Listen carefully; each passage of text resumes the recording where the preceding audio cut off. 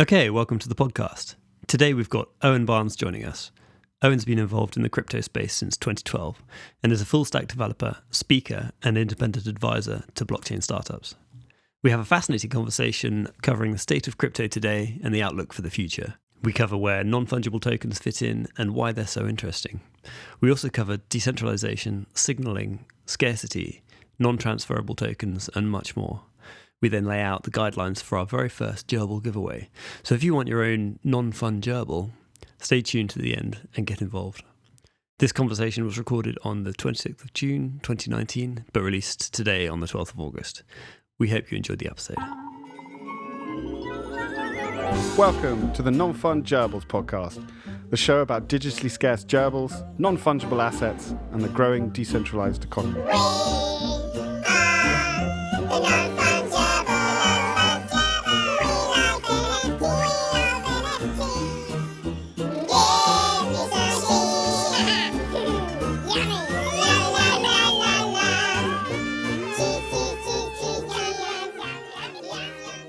Okay, welcome to episode 1. It always makes me laugh, that intro, dear me. This is the first real episode. Yeah. With a real guest. Yay. Hello.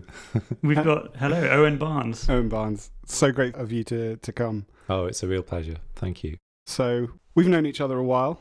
I tend to come to you with my harebrained ideas and ask you to shoot them down. One of the strange things about being in this space is that every 5 seconds you think, we could do that, and then of course you realise you can't. But yeah, so thank you very much for being there.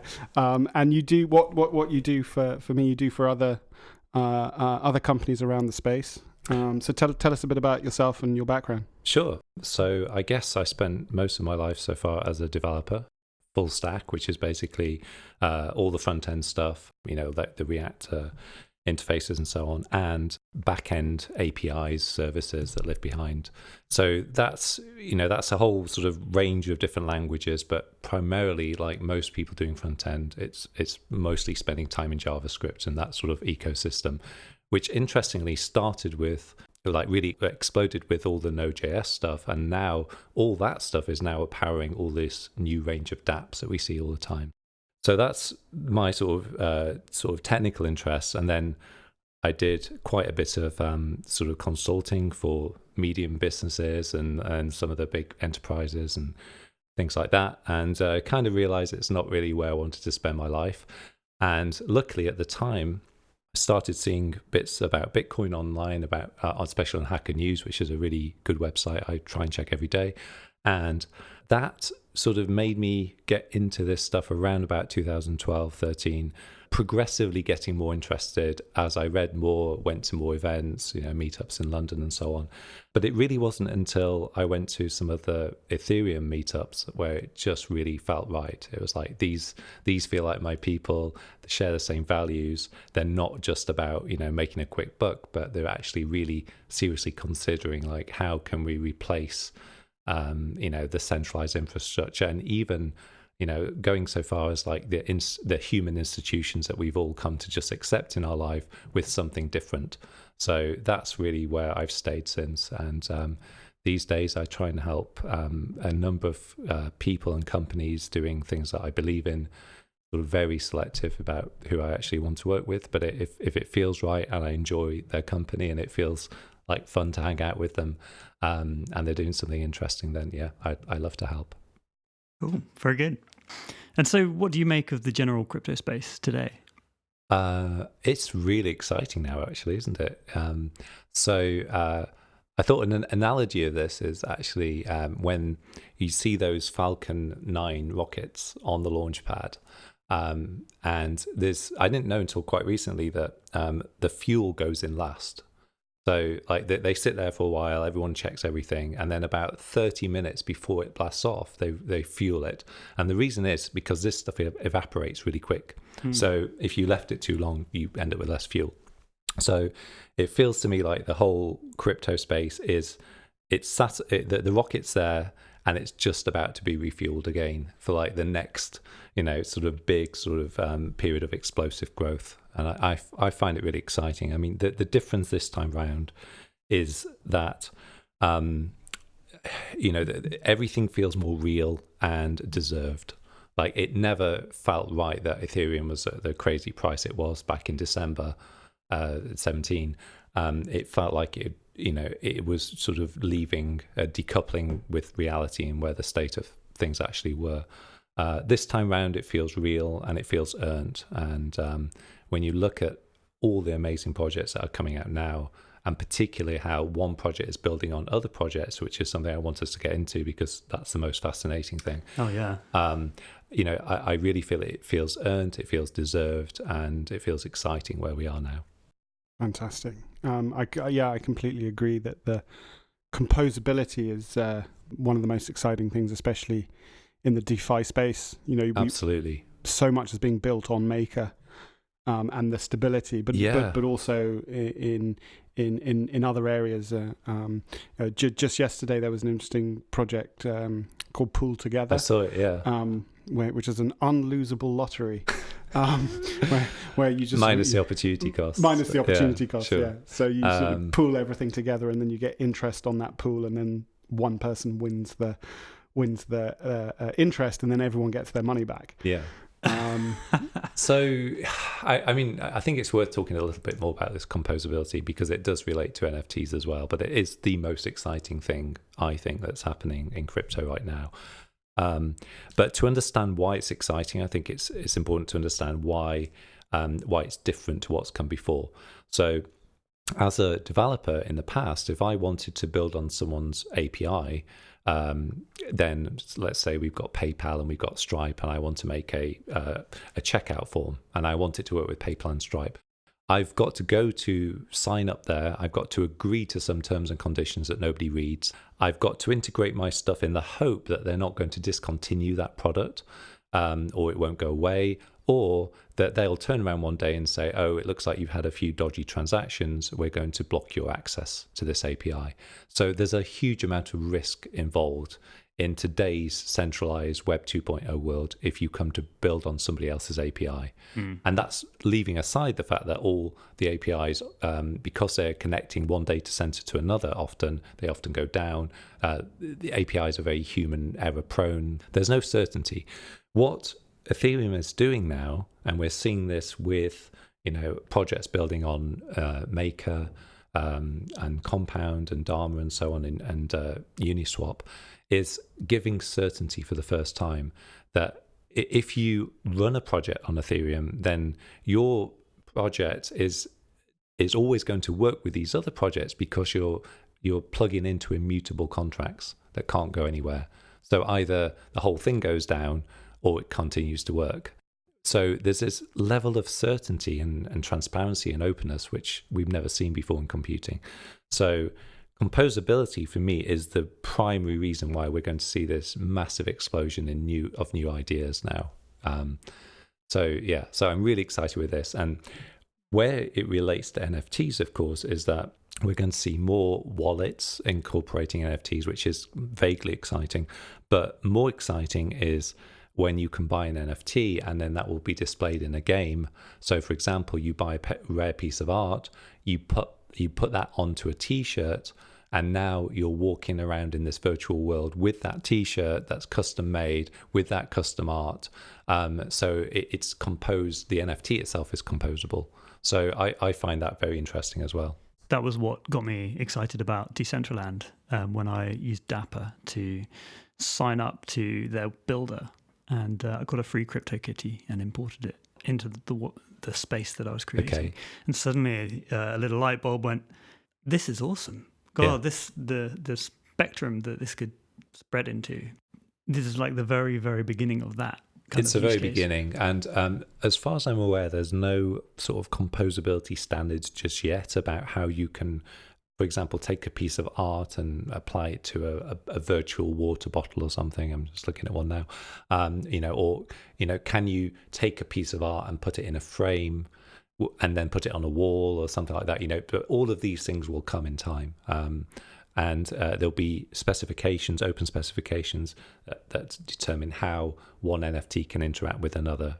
And then we're going to see some really crazy stuff, because you will be able to have essentially like a custom house in one of these virtual worlds, which is made up out of hundreds potentially of different NFTs, hundreds of pieces of different digital art and so on, that you can sort of trace the provenance to all the way down. Well, that kind of brings us neatly onto signaling. We were going to discuss this idea of, because what we've just described there is, I've made this room, look at my wall. Yes. I've got this. Exactly. And when I look at this space, I almost take it as a given that will come. Yes. People will curate their own space. Places will curate NFTs across the board, and integrate them into their games and into their sort of virtual world. But I haven't questioned the fact that we should be signaling this stuff, or even more, I feel like it's kind of like part of the human condition. I really think it is, and it's never going to be something that goes away. I think it's moved already increasingly to a digital space. If you think, like, I'm not on Instagram myself, but so many people, they go on there to show you the holiday that they're having and you're not. Yes. And and a lot of Facebook, again, I'm not on Facebook, but a lot of that is about, look at me hanging out with my cool friends doing this cool stuff and you're not. So signaling has already moved away from what it used to be, which is, a multimillionaire having all the homes and cars they need. Now they want to buy a rare piece of art to show in the hallway when you walk in, to the digital equivalent of, Facebook and Instagram and so on. But now there's this whole new level of stuff, which is twofold. One is, look at the stuff I've got and you haven't, but also look at my transaction history to show and prove that I was there first. That I spotted this crypto kitty before it became big, or I bought this piece of digital music before that it became a big sensation. So there's two factors to it. It's one is what I've got, and then the other one is like, look how early I am. So it's an interesting thing. Like so it's very much deeply baked into our human condition to want to do all of this stuff. And I don't think there's a good thing or a bad thing, but I do think it's something to be aware of. And I think what we've got to do as a sort of group of people trying to make technology that enhances a human condition is be very deeply aware of what we're doing, and making sure that we are really essentially designing products that make people feel good.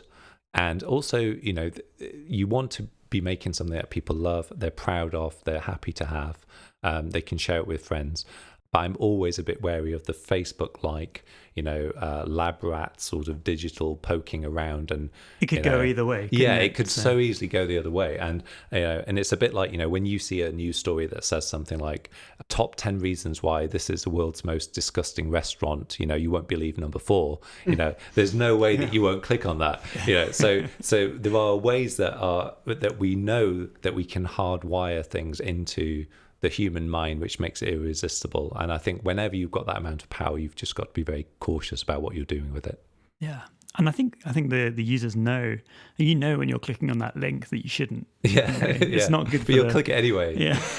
But, it's not good for you. But I think that any sort of startup that is baking their product design into these very fundamental human things that we all have that are just hardwired into us, almost are guaranteeing success. Like, you really got to mess it up big time to not be successful with NFTs today in gaming, for example, which we all know everybody wants to own their own shields and skins and things like that. To me, that's just an obvious business model that's just going to take off. Do you think that's the kind of key into the mainstream? I mean, mainstream is something that we talk about a lot in crypto. Yeah. And perhaps it's Bitcoin that takes us through, potentially it's Ethereum, or potentially it's NFTs in a game that, when you see something as big as Fortnite, sure, it's not a big leap to think that that potentially we could see these kinds of assets moving around across platforms. Now, I know that there's this huge hurdle in place whereby these games are produced by big studios and they want to keep things within their walled garden, but eventually, potentially, they might see the power of having these assets move across many platforms and opening things up to allow people to build on top to a degree, because of the power of collectively bringing together the creative power of more people than they could ever hope to employ, could create a situation where NFTs could sort of show them the reason to do it. Yeah, and I think this raises a really good point.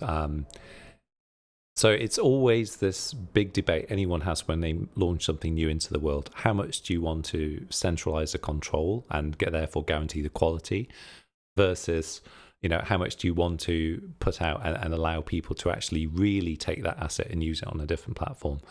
Now, it's interestingly, like, I'm not a sort of massive scholar of CryptoKitties history, but looking back and seeing what they did, they started with essentially a very centralized product, and then gradually, bit by bit, they open sourced parts of it, and they made it more possible to take a CryptoKitty and move it and do it on a, sort of see it on another platform. Now, the real question then is, can you interact with that? Can you actually, can you take a CryptoKitty and take it to perhaps a rival's game and play your CryptoKitty in this sort of rival company's platform? And that you can sort of show it for now, but you can't really interact with it, as far as I'm aware. You can't sort of put it into a game and play with it, or things like that. I think you can put a hat on it. Yeah, you can add stuff to it for sure. Like, that's pretty easy.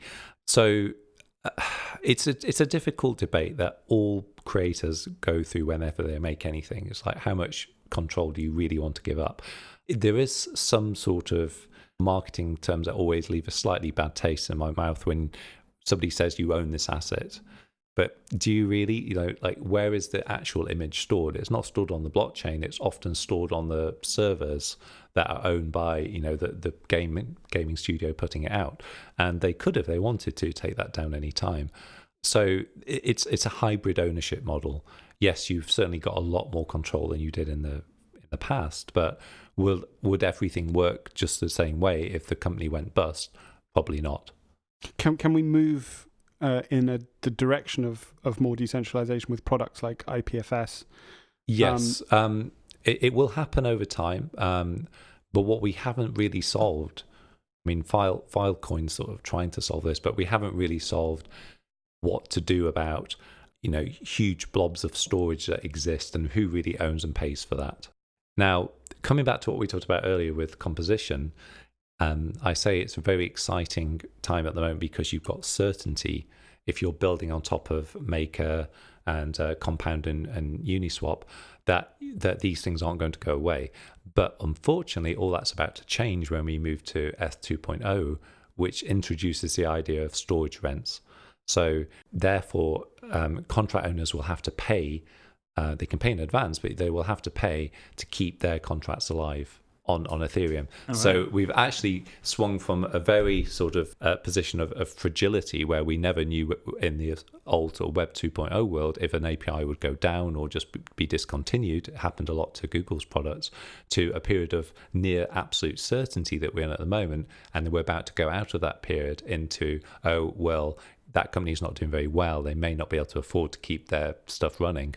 So, developers are quite used to this. We can build if and else statements into our code. If this thing's up, go and use it. If not, show an error message or go and use an alternative. But still, it's kind of a shame that we're having to take this step back. Would the counter argument be that these become sort of assets or companies for the people, and it's the community that will maintain these smart contracts and pay for the cost? But it's not a given, right? No, and really the only person who can do that at the moment, or group of people, are the people who've got signing rights to the contract, right, of course, private key rights. But yes, I think realistically, if a piece of infrastructure like Maker, for example, now is too big to fail. It really is like we've gone full circle with the banks now that that nothing can go wrong with that code, otherwise it will massively affect both Ethereum and everything related to it. So already I think it's at the stage now that the community would step in and say, look, what do you need? Do you need money? Do you need talent? We'll fix this together. But that's going to increasingly happen, I think, to more and more pieces of critical infrastructure as we go ahead and everybody starts building their projects on it. Fascinating. Wow. Well, there's a lot to think about there. Yeah. Especially with I didn't realize that was happening with ETH 2.0 as well. Was that a design from the beginning to have that kind of relationship with smart contracts? By beginning, do you mean like the early days of Ethereum? Yeah. I think in the early days of Ethereum, there were several decisions made where there was an assumption that we could just fix it in the mix, sort of like go and, for example, the classic one that's given is that the address, the Ethereum public address, doesn't have any sort of checksums. That was sort of added in later on by doing uppercase and lowercase letters. But one of the assumptions was, look, well, let's not worry about that today. We'll fork it, or in fact, there was a different standard that was proposed at the time that never really took off. And I think when you're putting something like this out, you just have to keep stuff in scope and say, look, we can worry about this stuff another day. And I think there was a concern and talk and chatter along the time that this blockchain can't get big forever. It just gets bigger and bigger every day, and there has to be some point where you prune the old stuff out. And that has happened in the past, by the way, for spam attacks. There were forks that got rid of just maliciously useless transactions. But as lots of people like to point out, what Ethereum really lacks is any sort of governance process. So nobody can vote at the moment to say, look, there's a whole bunch of stuff that nobody uses anymore.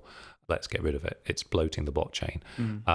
So the idea is that storage fees and some sort of rent-based system will allow you to put your money where your mouth is and say, if this is something that's very important. And I don't know this for an absolute fact, but I can't imagine a world where you can't buy this stuff in advance. So you would be able to say, look, it's guaranteed to run for the next 2 or 5 years or something like that. So it's going to happen. It's affecting all the blockchains now. Everybody needs to think about not only can we make our blockchain succeed, but how do we make it grow and be sustainable? I guess that also adds some accountability for the type of contract that you release into the wild, doesn't there? So if there's some sort of contract that is malicious towards other people or towards that might be illegal in terms of its activity, then the person who's created the contract, if that's known, then there is some accountability there.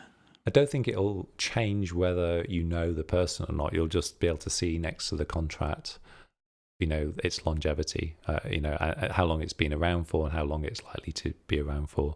That's, I imagine, how it'll work. I don't know the specifics. Of course, there's two things that play here. One is the actual contract, and then secondly is the data stored against that contract. So really, like when you look at what's actually on the blockchain, the contract's code itself is actually quite small. Most of the storage is in like ERC20 tokens, for example. That takes up a whole bulk of storage. Which is interesting, by the way. I'm sure, we'll probably come onto it, but there's, you guys probably heard of like the 1155 standard, which is all about trying to reduce the amount of gas, storage, and complexity around tokens. And it's a very clever standard. It's just been finalized, and it does all three.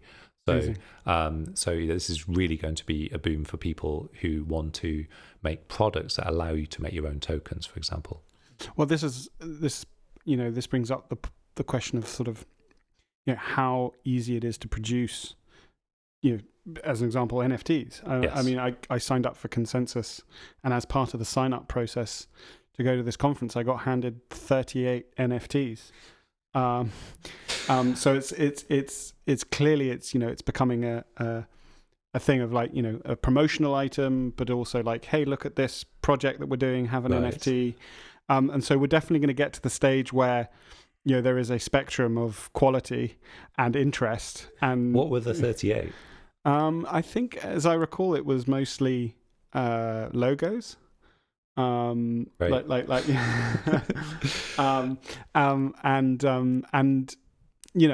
There's a huge meme culture in crypto. We all know that, and it's part of the enjoyment of the space. I think there's a lot of wit and humour and character out there, and I certainly think that the NFTs is a great area for that to thrive. But I didn't feel like I got anything that I am going to treasure. But then I think there's also no story around this. It's like, hey, exactly. you've signed up to Consensus, have a thing. Yeah. So this is, if you look at Bitcoin, some people say it's magic money. It's literally just been conjured out of thin air. All that group of people will then say, well, the dollar's just the same, but it's even worse because there's no hard limit, and it's you can print as much as you want, and it's out of your control. So there's all this argument that still rages on today about what's real and what isn't real. Then you go the next layer up, which is the ERC20 tokens. Are they more real or less real? But then you go to the next crazy layer, which is this NFT stuff, where you really start to realize that the value, they are absolutely worth nothing. There are a few bytes of gas on the blockchain, and soon they're going to be even much more cheaper. I think potentially 3-4 times cheaper to make. So in terms of intrinsic value, there's really nothing there. So the value is what we apply to them through things like scarcity, through things like story. Through the value is sort of not actually having it, but the signaling around it. I was the first to get this, and all the rest of it. The provenance of it, and the provenance of it. And then the other one, of course, which we can't overlook, is speculation. There's a lot of people who go to concerts of very sort of no-name bands just to get a signed T-shirt to keep it, and the hope that one day it's going to be worth a fortune. So this is the digital NFT equivalent of that. So I think people buy them and are collecting them for a whole host of reasons. The collecting thing, by the way, is also interesting because collecting is a separate thing to speculating and signaling. Collecting is I just like collecting model train sets or postcards or something like that. I've got there's 10 in the set. I've got 9 of them. I want to complete it. It feels like an achievement. So there's a whole host of reasons I think people are interested in them. There's a whole host of reasons I think it will bring a new sort of type of person, a new demographic, if you like, into crypto for the first time. I don't, by the way, think there's just going to be one magic thing that does that. I think there's going to be tentacles into lots of people's careers and sort of different demographics, different interests that will collectively over the next 10 years bring everyone in through different doors. But this is definitely going to be a big door. It may not be the killer app that everyone's been waiting for. It's more likely to be a more decentralized cluster of apps. I think it's going to be a huge entry point for lots of people into crypto for the first time, especially if you're a gamer, especially if you're a collector. It amazes me to this day that more tech conferences aren't doing this, because this is the digital equivalent of the sort of festival band where you walk around with 5 or 6 festival bands showing where you've been. So you still see the DEF CON 1 T-shirts at Ethereum DEF CON these days. They're few and far between anymore. But this is potentially the digital equivalent of that sort of thing. Had your entry pass to Consensus been a tokenized ticket, then you would have held on to it. That is definitely coming. Right. Yeah. So then we enter this sort of physical space where we're trying to tie physical items to the blockchain. And that I find really fascinating, because I have this thing when I'm at these conferences and someone hands me a piece of merchandise, I want it to be scarce. I like you're handing me a T-shirt, and very often these are NFT companies, and I feel like your entire business is built on scarcity. Hand me something scarce. I know that's how I feel when they're doing it, but it's a difficult problem to solve. Can I be a bit of a contrarian and just say, with things like gold and physical items, gold's a tricky one because nobody really knows how much gold there is in the earth, and there's a lot of speculation that the companies that mine it and own it always underplay how much there is. Same with diamonds. But with digital stuff, there is a limit of scarcity, and that's frankly the cost of gas. Because you can't have gazillions of these things. Well, you can mint them, but then they become semi-fungible. They're not really unique. So I was at a conference earlier this year, and It was all about art, and some genius of a audience member. We were talking about the scarcity of art and so on. Came up and said, everybody's talking about trying to make things scarce digitally, which he was saying feels rather fake, and I agree. Nobody's talking about the inverse, which is like, how can you make an idea propagate far and wide, which is actually what digital technology is actually really good at. Copying stuff is easy and native.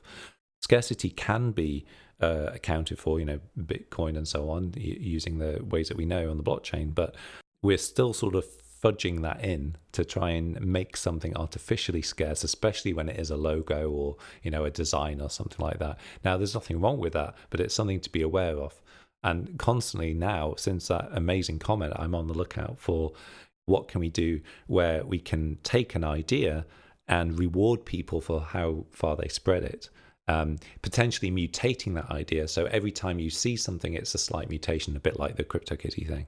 So I find that a really sort of interesting thought experiment, and I don't think we've seen that yet. But that's like the opposite to an NFT. It's like where the more you spread it and the more people sort of use it in something or other, the more stuff you get. well, that's the case, but also the more the story progresses around it. Yeah. Which actually makes it more valuable.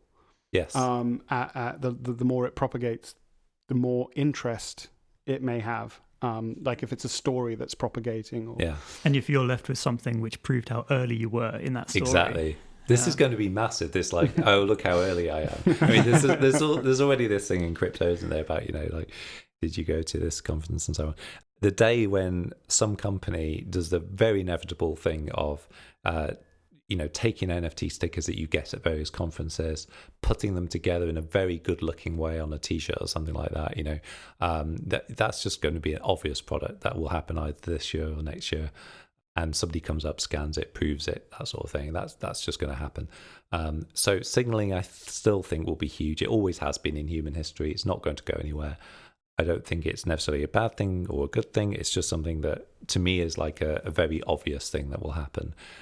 I'm personally more interested in NFTs as a means of gaining access to things, or a means of maybe getting a discount of something. Like, let's say you were at Eth Waterloo or something in the past, or one of these other hackathons, and you made a project. Maybe you get an NFT for making something there, and maybe if you have 3 or 4 of them and you can prove it in a wallet by signing a message, then you get free access to the next one or something like that. We're actually getting a use case from that already, because we're using Mintable for the Gerbil tokens. Okay, I don't know anything about Mintable, but tell me about it. It's an NFT minting service. Okay. As one of the first 1,000 donators, you get a token, an NFT, which if you're interacting with their service and you have the token in your wallet, then you have completely free transaction costs going forwards for lifetime. So they're funding that basically. Yes. Right. Yeah. Okay. So as one of the first donators, and then after that, I think the next 10,000 or maybe 1,000 donators get a randomized number with their NFT, which relates to the percentage of discount. Okay. Whilst using the service. Okay. Which I thought was a really nice cool idea. use case. Yeah, very nice. Absolutely, but that also brings us on to, what do you get if you get a gerbil? What doors does it unlock? Well, we haven't worked that one out. Well, but George, surely tell me about the gerbil. Well, surely there will be very significant benefits to owning one of these. Tell gerbils. me what they are and try and sell me on the gerbil. Yeah, well, it grew out of the name. What can I say? The idea was to produce something that sort of followed us on this journey of talking to brilliant people such as yourself, and that could sort of grow with the podcast, but also come up with something that directly interacted with the NFT community in relation to our podcast. So the idea is that we create these meme gerbils, FOMO gerbil, the gerbil of Wall Street, that kind of thing, and they have these characteristics, and then the community come back via Twitter with, what the backstory is for these the description. The description, and then we hand them out as rewards for the very best incoming descriptions. Okay. So you work with us from a community level, we'll work with you, and together we will create these scarce gerbils. Right. And who knows what will happen? We're just producing it, see what happens, and I think it's going to be a lot of fun. And the scarcity is dependent on how many good suggestions we get. Okay. So at the moment, we're going to do every good suggestion gets a gerbil. Okay. And the best suggestion has that minted into the token. Well, I guess it could be like serial number 1 or something, or 0, whatever. So. Yes, yeah. But are you going to number them? They will be numbered, but with it's all in the same contract. So, Sure, okay. So for example, the gerbil of Wall Street might be gerbils 15 to 75 or something like that. Interesting. Well, I think it's right to produce our own items in order to go through that process ourselves, understand how it works, Absolutely. and at the same time sort of understand the power of these items in the hands of the wider NFT community. It'd be interesting when they hit the secondary markets. We are not saying that they have any value. They have zero value. But you will be able to exchange them, Right. and give them away or swap them with people or sell them or anything you like. What do you guys think to the idea of a badge, or sometimes referred to as a claim, that can't be transferred? Is there any value in that? Yeah, so I mean, I think that talks a lot to I was here. I remember in the early days of the DAO debacle, there was a thing called DAO Hub, which is where all the early kind of people really interested in the DAO sort of congregated together, and I think it was it Griff Green, I think was running it, and he was producing these badges. Like first 50 into the DAO Hub have your badge. And the chat was just full of people saying, "Hey, I was here. Like, where's my badge?" Like, it no longer became about the DAO. It was all about where's my badge. And I remember that because I was one of them. And I was like, "Hey, Griff, I was here. Can I have a badge?" Now those weren't things that one could transact, but one gets the sense that that's not far away. And then I think there was also a project. Was it Digix? I think it was that you could get a token that showed that you had given a certain portion in the crowd sale. So you were over a certain threshold, right, and you got this shield, and then those shields had their own value because I think they had governance rights attached, and those were transferable, but they had a sort of, well, they were an asset unto themselves, and people would try and get up into that threshold to get them. Again, it comes back to human nature. It's like, I have this thing, you don't have it. Do you want it? It's like, well, what do I have to do to get it? Or you got to be in the top 50 or whatever. I suppose if you're giving out a digital Nobel Peace Prize, that's not something you want them to be able to transfer to someone else. Yeah, I ask because I do think there's value in tokens that can't be transferred. Now, there is a separate range of issues around what happens if you lose your private key. You could argue that the other way, though. And I was looking today at some sort of proposals around this, and there's some ideas floating around that you can't transfer individual items, but let's say you have an address with 10 of these badges or claims on them, you can send the whole lot to another wallet if you want. So people are still debating this. Is there any value in it? Most people were responding on GitHub to say you might as well just go for an NFT, and just don't transfer it. But it's still something I'm thinking about. I'm still undecided, I think, on whether there's value in non-transferability or not. Perhaps the SEC would see value in having a blacklisting token, which you can send to addresses. Ooh, that's full on. Yeah. It's a bit dark.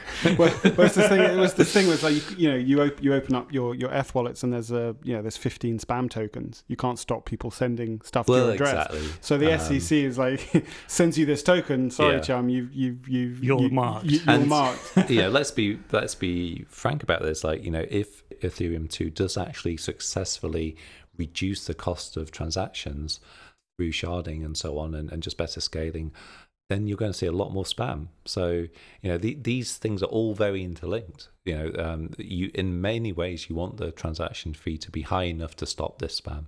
Yeah, I guess by now we're all fairly anesthetized to it. I know when I open my wallets, I hardly even look at them. But it's not a good thing. No, and I think coming back to your thing about curation, this is really where it's all going to be at now over the next 10 years. In general, technology, blockchain aside, it's we're just absolutely drowning in stuff. And the difference with the decentralized approach, of course, and the reason that I like it is that you can separate the rails of something like Twitter. Like Twitter is an infrastructure platform. It costs huge amounts of money to build something that can distribute tweets that fast on such an enormous scale. But you can build something like that and separate it to the actual moderation and sort of filtering and censorship, so that ideally every person gets to choose who censors their content. Because I think most people, not everybody, but most people would like some sort of filtering, even if it's only just to remove the spam tokens. Like whatever we see in the future, we want to feel like it's worthy of our time to browse. But what I think is exciting about all of this stuff is that we can separate concerns. We can say this company deals with the transmission of the data, and this one actually censors that data. And potentially in the future, what you could do is you could sort of pipe one type of censorship into another type of censorship / filtering. It's the same sort of thing, and combine them together in a chain. So you could actually see at the end of it a really super curated list of stuff that actually matters to you. Mm-hmm. Yeah, I would love a shitcoin DAO that just sucks up all your shitcoins and collects them all together across the entire community, and then shoots them into space. I don't know. I'm waiting to see what you're going. Sells them on a dodgy exchange somewhere. I don't know, but I was wondering what was going on here. I don't know. There's something there. Yeah. So yeah, the DAO thing is obviously going to be another big thing. That's really interesting, and Colony launched 2 days ago, which is super interesting. I'm really, really excited about that, and it also it's a first big step to what I think will ultimately be the end destination of all of this, which we've spoken about before, which I believe is going to be some sort of reputation. It seems to me, and it has for a while, that all roads point towards reputation being the ultimate source of value that the blockchain is going to deliver us, way after we stop thinking about ERC20 tokens, potentially relating to NFTs, because reputation could be part of the fact that you went to this event, or you did this thing, or you won this hackathon. That could be a sort of point. But it really does feel to me that everything's going to reputation, and Colony have just released their amazing framework to sort of start a brand new type of organization. And part of that, intrinsic in the whole design of that, is this idea of reputation. Fascinating. Well, we're going to get Jack on at some point to talk about that. He's already said he'll come on, which is awesome. So one of the things that we need to do is set the task for the first gerbil to the community, which doesn't exist yet. Yes, to our community. It will exist soon. Two listeners. That's my mum and my son, who loves the theme tune. So the very first gerbil, we thought it only fitting that it would be Genesis gerbil, as a shout out to Bitcoin and every blockchain that's come into existence. They all have a Genesis. Yes. So the Genesis gerbil is the first. Now we want everyone who's listening, all two of you, to... You've got a good chance of winning this, by the way, anyone who's listening. We're not minting any. It's that scarce. The two of you don't get one, but at least everyone else will think it's really rare. So with the Twitter hashtag non-fungibles and the hashtag Genesis gerbil, give us your ideas for the description of Genesis gerbil, the backstory. And then all the good ones will get a Genesis gerbil. So all you need to do is come up with a funny idea, send it to us, and we will send you a Genesis gerbil next month that will only be minted next month. For the very best one, we will make that the description of the actual NFT and have the artwork match the description. So maybe we need some examples. I was going to say, give me an example. Give you an example. Well, George. Of a backstory. Yeah. Of the imagery and the backstory, I suppose. Well, I mean, one of the thoughts we had for imagery was a fluffy gerbil in a hoodie with a laptop pressing a key, and then behind said gerbil is a cityscape that's under a bit of a mushroom cloud. So what we're trying to say is like the power of one. Right. Okay. The gerbils are coming to rule over us. Changes everything. Right. Depending on who you think Satoshi might be, and so the backstory would be something as outrageous as one day Craig Wright pressed return and and the gerbil was Genesis gerbil was born, right. or you could say Hal Finney got together with a couple of his chums, and the visual is what happened next. But it's entirely up to your creativity as to how you think that would work. But amidst the financial crash of 2008, that's the one. Yeah, it's a great start. The banks crumbling. Craig Wright got out of bed and pressed go and sent himself 50 trillion Bitcoin, which is now locked on a disk somewhere and you can't get hold of. Right. Should I not be talking? I shouldn't be talking. You should be mentioning. We don't want to get sued on our first episode. Podcast, cease and desist. I don't think we're big enough to worry just yet. Yeah. So it's whatever description you feel would best. But make it encapsulate. Funny. Make it funny. Yeah, that's it's all that's the number one rule here. Number one rule, and Luke and I are the arbiters of what's funny. Okay. This is highly centralized in terms of the what gets through the net and what's interesting. But Fair that's enough. our prerogative. Yeah. Yeah. Very cool. So #Genesis gerbil, #NonFunGerbils. And start sending them in. Yeah. And we'll start sending them out. Yeah.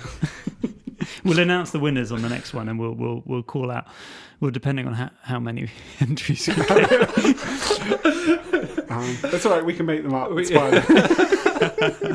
I'll just write a whole load and then do. Mrs. S.J. from Tunbridge Wells has submitted. Either way, it'll be thrilling and interesting. I guarantee. It will. Yeah. Tune in for the next episode. Owen, this has been absolutely fascinating. Thank you so much for coming to talk. If you have somewhere that people can find you, or do you tweet? What's your thing? I don't really tweet a lot unless I'm actually making something. But yeah, owenbarnes.com, I guess, is my website. You can see some talks that I've done. And if you think you've got something interesting that you're working on and want to get in touch, that's always welcome too. Brilliant. Thanks very much, Owen. Thank you so much. Cheers.